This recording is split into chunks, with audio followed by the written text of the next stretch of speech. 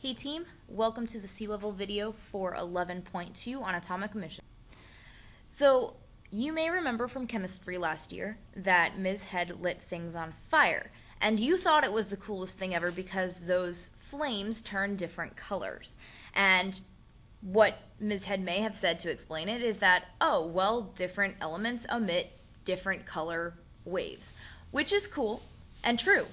But physicists are actually the ones who are able to explain this phenomena, and they explain it using quantum mechanics, and they explain it using energy level diagrams, which physicists, again, discovered, not chemists.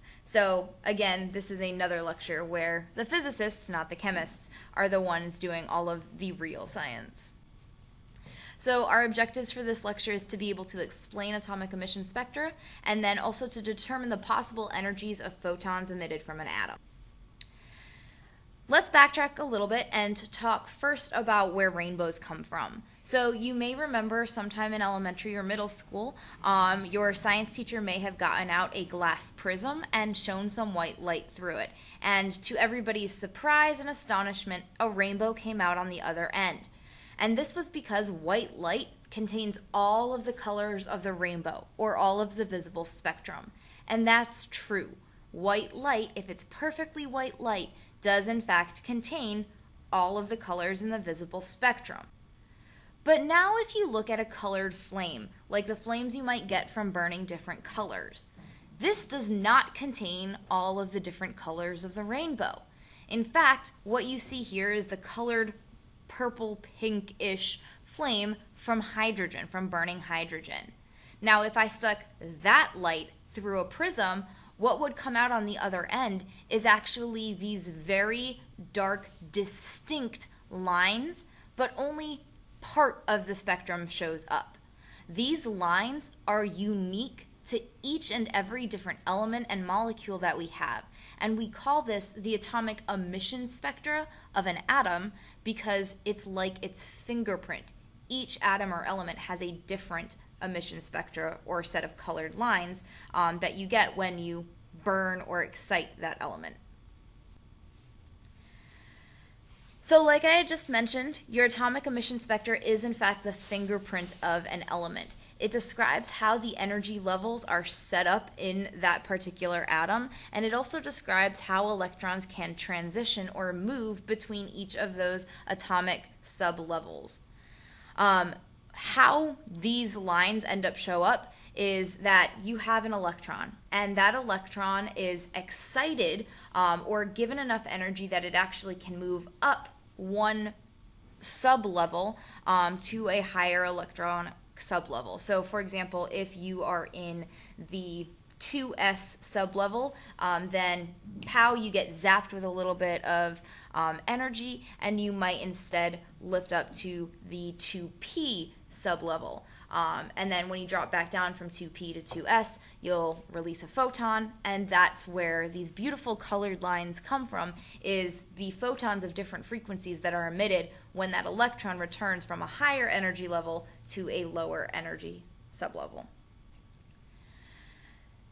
This is a picture that is explaining what I just said. I need to stop doing that. But ultimately you have these different energetic sublevels, and when an electron is excited, so absorbs energy and goes up to a new energetic sublevel, when it drops back down, it has to release energy to drop down to that lower energy level.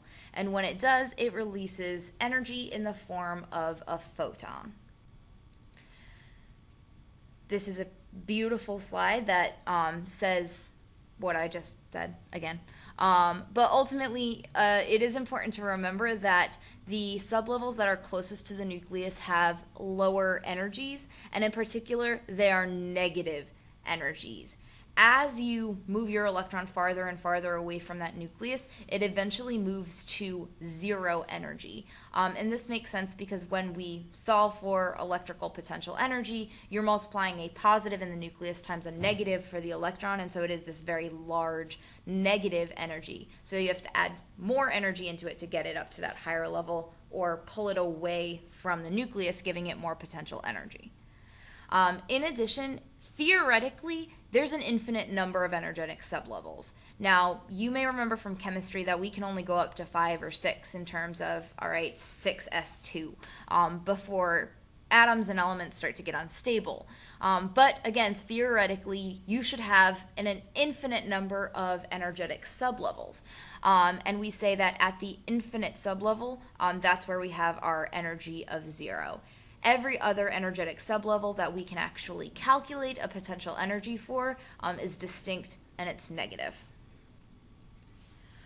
So the way we can figure out the energy of a photon that's being released is actually by taking the difference of the energetic sublevels that electron is transitioning between. So for example, if you start at the second energetic sublevel and you drop down to the first energetic sublevel, you simply subtract the energy of the first sublevel from the second sublevel, and that difference is the energy of the photon that's released. And you can read my fun fact notes if you want to pause the video, but let's move. So here's an example. Let's say we have the first 4 energy levels of an atom, and we're going to assume, it's not labeled on here, but we're going to assume the n equals 4 sublevel has, or not sublevel, level, has an energy of negative 4.2 electron volts. So again, we see that electron volts, that additional unit for energy again. And we're going to assume that the highest energy level has 0 volts, or electron volts. The problem technically doesn't need to say that. Sometimes they will, but you should always assume that the highest energy level has 0 joules or 0 electron volts for energy. Which of the following energies is not possible for a photon emitted from this atom? Now, this is a tricky question because we have to go through and figure out what are all of the possible energies of photons that could be emitted from this atom, all the way from infinity down to your first energetic. The easiest way to do this is by making a chart that looks like this. You start on the top with n equals infinity and go down to n equals 2, and then you start on your columns from the highest energetic level that's labeled, in this case n equals 4, all the way down to n equals 1. And from here, you literally just subtract the energies between those 2 levels. For example, between n equals infinity and n equals 4, we have 0 minus a negative 4.2 electron volts. So the energy at that particular sublevel is 4.2 electron volts. And you continue until you have a full chart. You'll notice that I left some of these boxes blank, and that's because if I go from n equals 3 to n equals 4, I'm actually adding energy, and it's the same as the transition from n equals 4 to n equals 3, which is 1.84 electron volts. So I simply save myself some time and energy, no pun intended, and continue on. So these are all of the possible energies of that photons, correct? Not necessarily.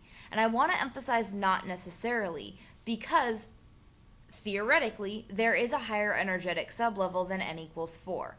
I could have an energetic sublevel that's n equals 5, and n equals 5 could have a energy of 3.8 electron volts. In that case, a transition from n equals infinity to n equals 5 would be 3.8 electron volts. So I want to make you very aware that any energy that's less than n equals infinity to the transition to n equals 4, which is our highest known energy level, is possible. So we look at our answer choices, and anything that's less than 4.2 electron volts, we already cross off because we know that is, in fact, a possible energy for a photon, because we don't know what those energies are for n equals 5, n equals 6, so on and so forth. What I do from here is I look, what is an energy that is greater than 4.2 electron volts that is not in my table? And I look through and I see 21.6, that is not in my table. So that is my answer. Okay. I want you to go ahead and try one on your own. Please read through this problem, pause the video, and play it when you're ready to see the answer again. Did you get D, which is 6.45 electron volts? If you did, you are correct. If not, please go back, check the problem, example problem again, resolve this problem, and make sure you're on the same page.